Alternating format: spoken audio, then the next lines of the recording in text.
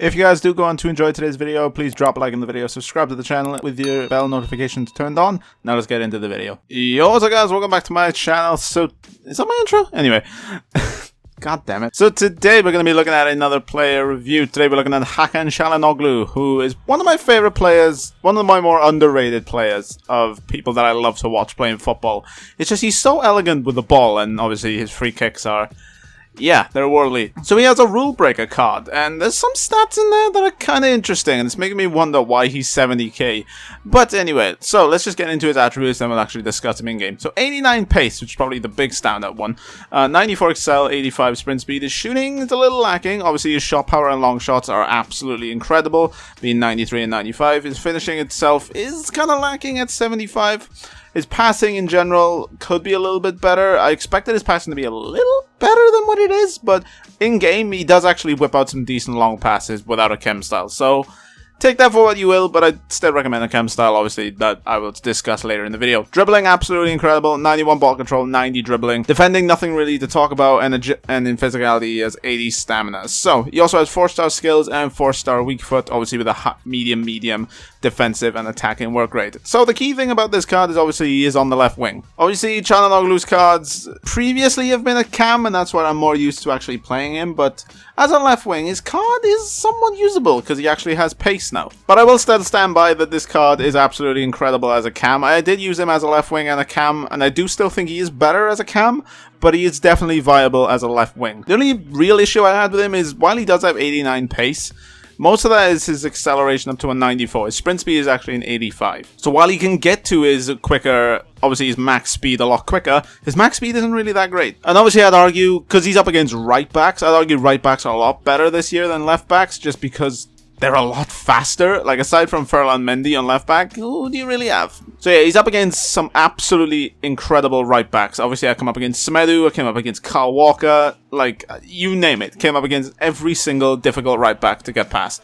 And while obviously he can sometimes get past them, he's not very consistent in getting past those elite right backs that have pace. It's just when you're up against a right back that has pace, it's just people, especially up in the higher tiers of your rivals divisions and even in FUT champs, kind of can guess what you're doing when you're going down the wing. In terms of, obviously, if you send on the winger, they will often track the winger with their fullback. Obviously, on the counter, he's great at doing that, but obviously, depending on how attacking your opponent is, you might not get that situation in-game. So while his pace is obviously a good thing and a bad thing, just because he is fast, but he's still not fast enough just because his sprint speed is quite low.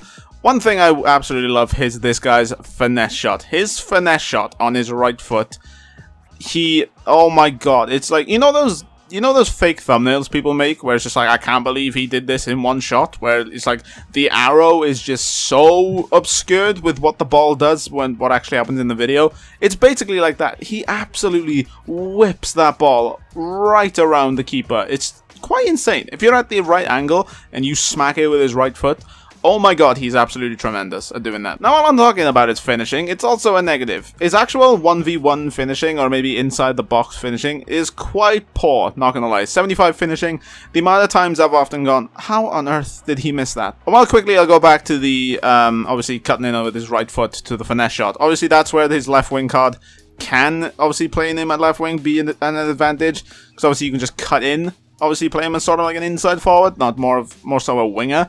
Play him more of an inside forward and cut in on his right. That's probably where this card will shine most with this left wing version. But if you're playing him a cam, it's just, I still think he's more versatile as a cam. Just, I think he gets more involved in the game as a cam, if that makes sense. So his finishing actually inside the box, again, is not that great. As I say, the amount of times I've often gone, how on earth did you miss that? It's quite alarming how many times I've done that. Obviously, it might be my finishing, but I mean, I make those shots with Bruno every single time. So, you know, I'll let you guys take that for what you will.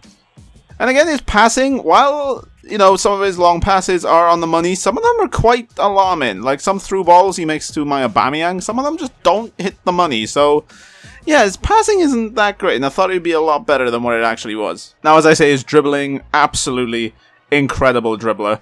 Just, obviously, with his pace as well, obviously if he's running through the middle, centre backs obviously are not as fast as wing backs, so he's more often than not more content to run through the middle doing skills rather than obviously trying to beat fullbacks. And that's where this card is actually really good, I'll be honest. Just 88 dribbling base stat, 91 ball control with 4-star skills. You can really damage your opponent's actual like structure. Because obviously he beats one, another player gets dragged out of position, and then obviously that's an easy through ball or a quick 1-2.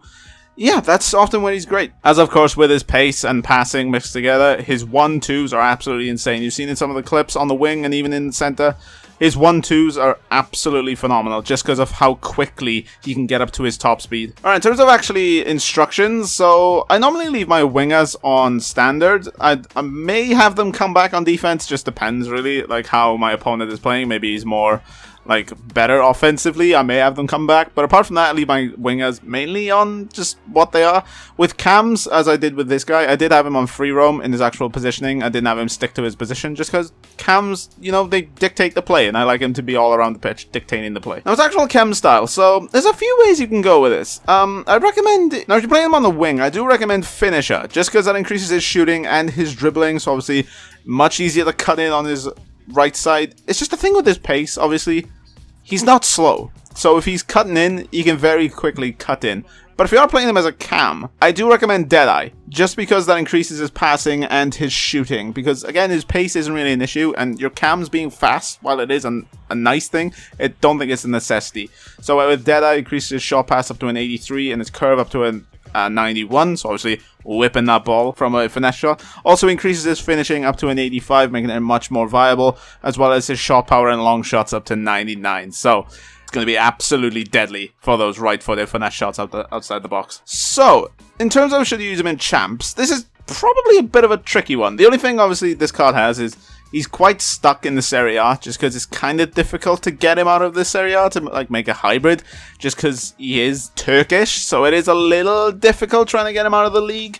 But I mean, if you have a Serie A team, a full Serie A team, and you need a cam or a left wing, I think he's absolutely great for that. But obviously, if you're running more sort of hybrid, you're being that person running an Aki Williams and things like that, it might be a bit difficult to get him into the team. But guys, in terms of how this actually card is, aside from his like inconsistent finishing, obviously boosted up by a chem style, he's a really fun card to use. As I say, his finesse shots outside the box are absolutely amazing. He's always troubling the keeper. He's always curling it right around the keeper to get in the net.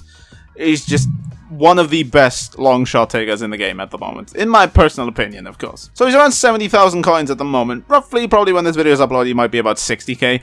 I was going to do the Wolves left back, Daniel something, before Calhanoglu, but I mean, EA proper botched there is the price range, so trying to snipe him was quite impossible. So guys, should you pick up this Calhanoglu? Personally, I think yeah. Even if you just want him as a squad battles card, he's absolutely great for that. Just the way he can dictate the play with a correct chem style, and the way that obviously that deadly right foot as a finesse shot, he's just a lot of fun. He's a lot of fun. As a left wing, obviously, it depends who the right back is and who you're coming up against, but overall, in most situations, I think he can be very, very effective. So guys, that's it for the video. If you guys have enjoyed the video, please drop a like on the video, subscribe to the channel if you're brand new around here. See you guys later, take care, and peace.